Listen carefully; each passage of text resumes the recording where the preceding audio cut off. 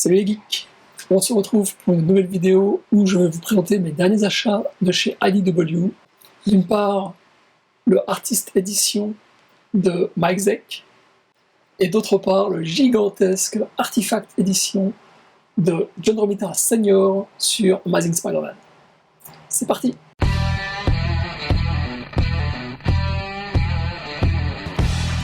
Autant je suis un fan de John Romita Jr., autant son papa, son art m'a moins touché que celui du fiston. Ça, c'est ce que je dirais de façon générale. En y repensant, j'ai découvert les Strange avec le numéro 116, même si j'ai découvert les premiers Lug un petit peu plus tôt, et 116 c'était Ross Andru. Et Ross Andru, plusieurs fois, s'est fait ancrer par John Romita Sr. Ross Andru a aussi un style un peu rond comme ça, qui fait très 60s pour moi. Et donc, quand j'ai commencé à lire, à trouver chez les bouquinistes des numéros plus anciens de Strange, j'ai donc découvert le travail du papa, qui à cette époque, donc c'était dans les Strange 80-90, son style était quand même très proche de celui de Ross Andru, où Ross Andru était très proche de John Romita Sr. Donc il n'y avait pas de cassure, de coupure, je dirais visuelle. Et j'ai beaucoup aimé ce que faisait le papa. Donc, quand j'ai eu l'occasion de me trouver cet album qui est gigantesque, cette Artifact Edition du travail de John Romita sur Amazing Spider-Man, eh bien, je l'ai pris. Je n'ai pas hésité. Et je vais vous montrer son contenu, parce que, en ce qui me concerne, j'ai possédé quasiment tous les Strange. Je vous pose ce truc parce qu'il est très lourd. Et j'ai des petits bras, donc voilà. Et j'ai lu tous les Strange, je veux dire du numéro 20, à partir du numéro 20. Et puis en dessous du numéro 20, j'en ai quelques-uns, mais je les ai pas tous. Enfin, je les avais pas tous. Après, j'ai tout revendu, donc. J'ai lu et relu, surtout, je dirais, de Strange 60 jusqu'au dernier, que j'ai acheté à l'époque. Ça devait être le 200, 220, un truc comme ça. En relisant, en feuilletant donc cet album, je me suis rendu compte de l'évolution du style de John Romita Sr. C'est assez impressionnant. Et je vais vous montrer ça plus en détail. Bon, alors là, je ne sais pas vraiment comment je vais faire pour filmer ça, parce que c'est tellement grand. Je suis obligé de monter sur une chaise pour vous montrer la vue d'ensemble.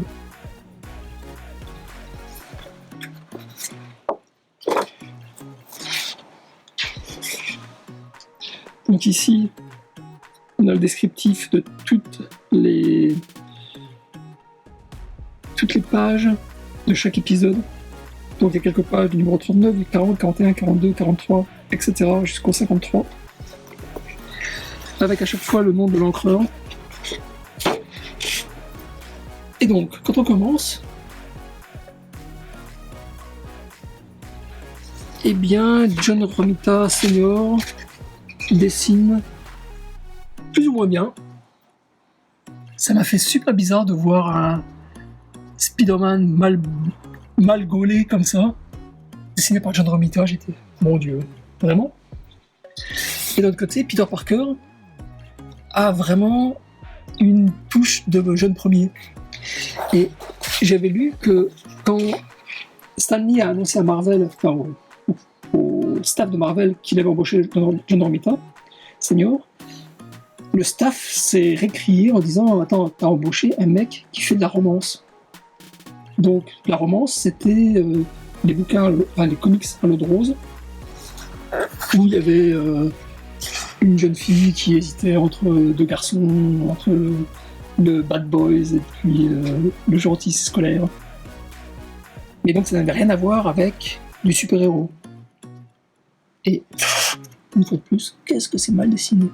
Oh là là. Par contre, au niveau composition, mise en page, c'est très lisible, c'est très clair.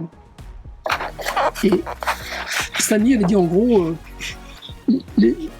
vous verrez, j'ai fait une bonne affaire en embauchant ce gars. Et d'un côté, c'est clair que John Romita Sr. a apporté du glamour Donc Peter Parker est tout mignon, les filles sont super mignonnes, et petit à petit, eh bien, il va s'adapter, et il va prendre une espèce d'assurance physique, une espèce d'assurance graphique, et son Spider-Man va devenir le Spider-Man qu'on connaît. Donc, élancé, dynamique, acrobatique.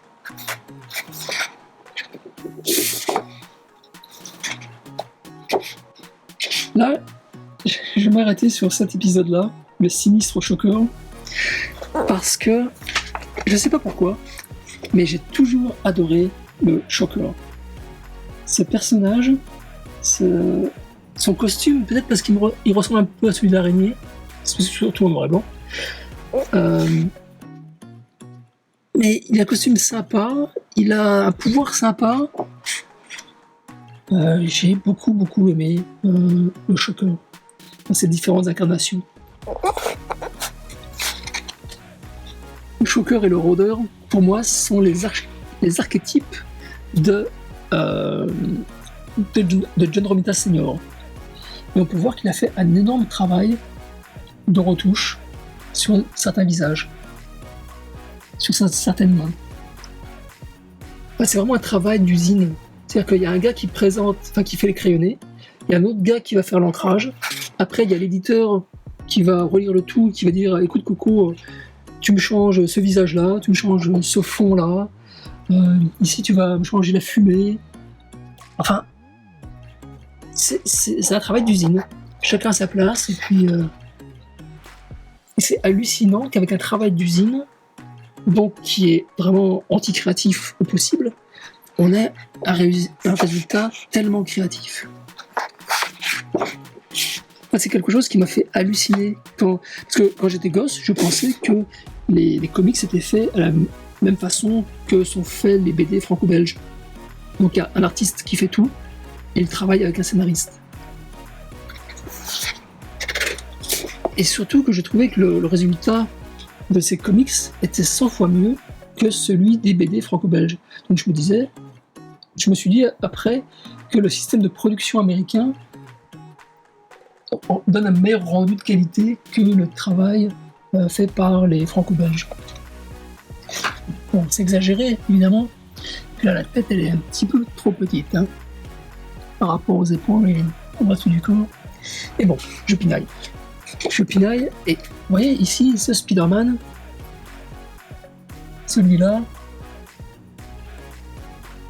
c'est le Spider-Man que je connais par John Romita Sr. Il y a une telle évolution graphique. Il a fait un travail fantastique. Et en même temps, donc, non seulement il dessinait l'araignée, ce qu'il aimait beaucoup faire, d'après ce qu'il dit lui-même, mais il servait aussi de directeur artistique. Sur ordre de Stan Lee, il retouchait les couvertures faites par d'autres dessinateurs afin de maintenir une espèce de cohérence graphique pour Marvel. De temps en temps, bon, c'est quand même difficile à lire, mais il y a des notes. Est-ce qu'on peut avoir, je ne sais pas, quelque chose sur cette ombre?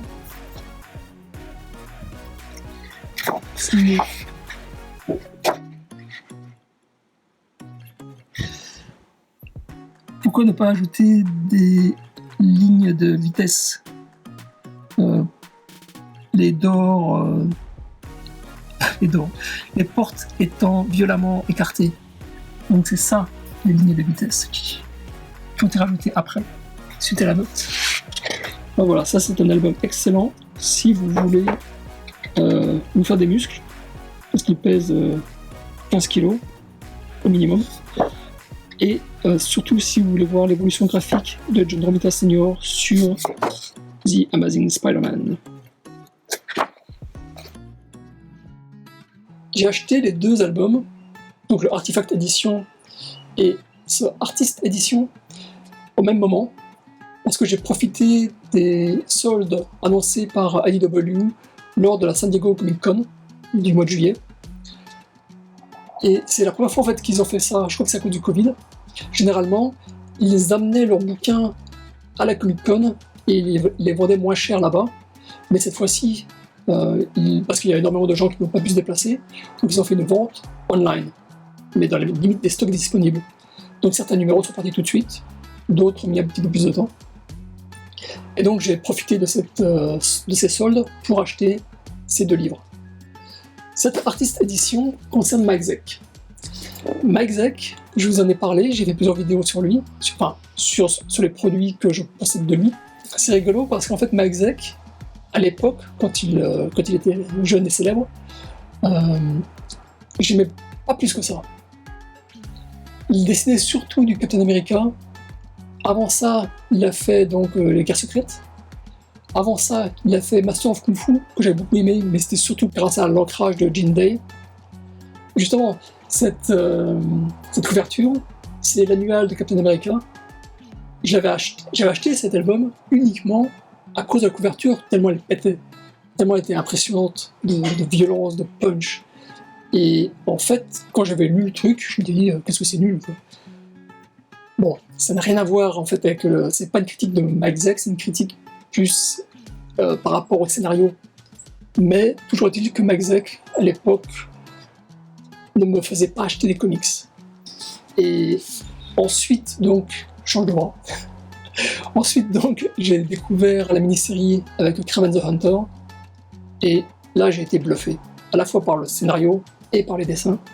Et c'est là que j'ai commencé vraiment à faire attention à ce que faisait Mike Zeck, et à essayer donc de me reprocurer des anciens comics qu'il avait fait. Et donc, c'est pour ça que je suis très content de pouvoir enfin posséder cette artiste édition. On passe maintenant au Mike Zeck's Classic Marvel Stories Artist Edition.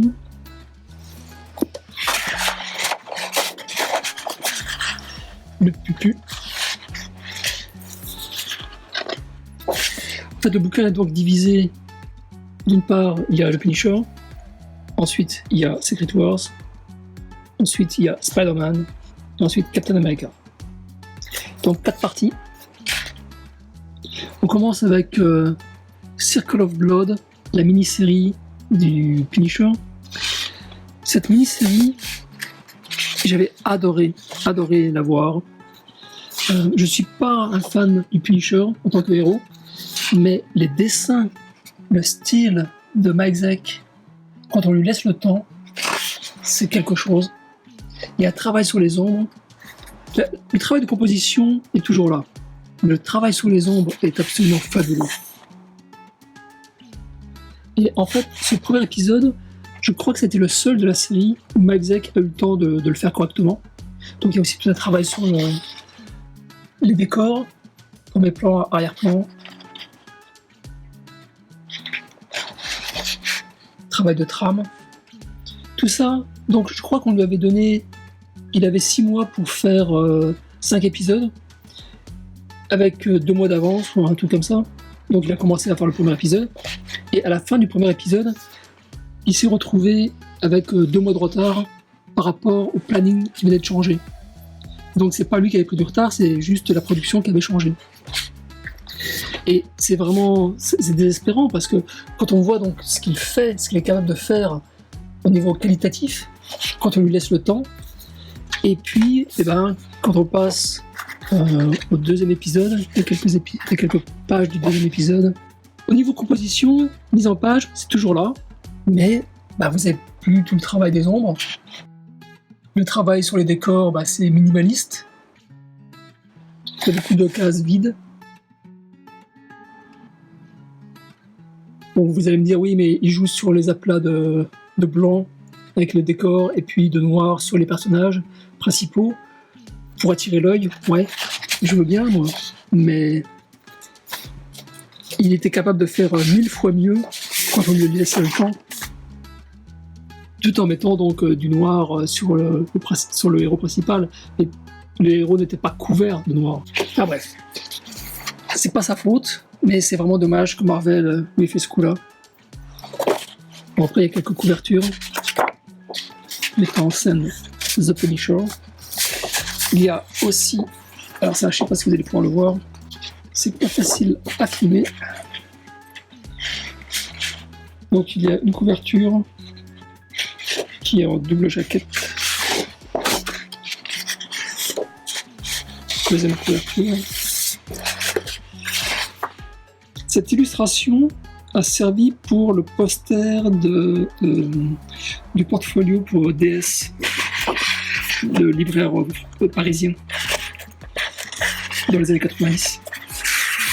Je n'avais pas acheté le portfolio à l'époque. J'avais acheté le portfolio de John Byrne et le portfolio de Barry Windsor Smith, et pas celui de Mike Zeck.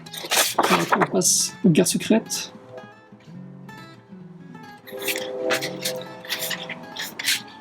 Les Guerres secrètes, c'est encore le même truc.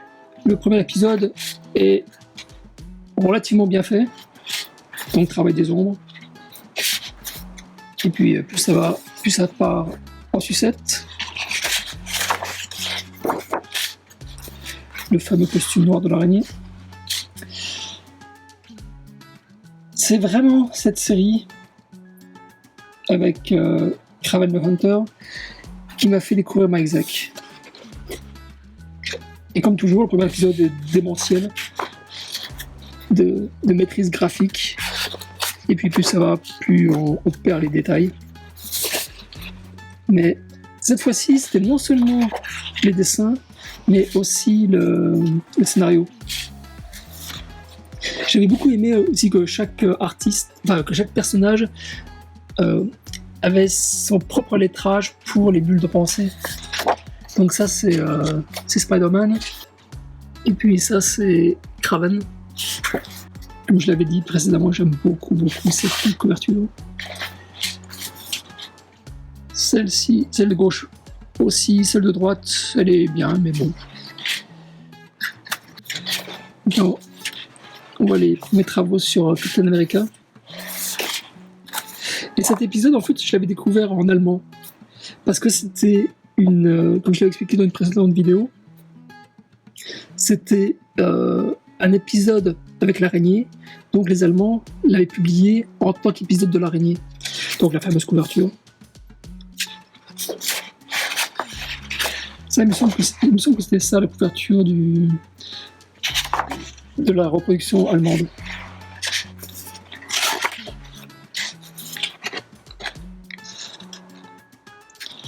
Ça a été utilisé par Haredi pour la traduction d'un Marvel Fanfare.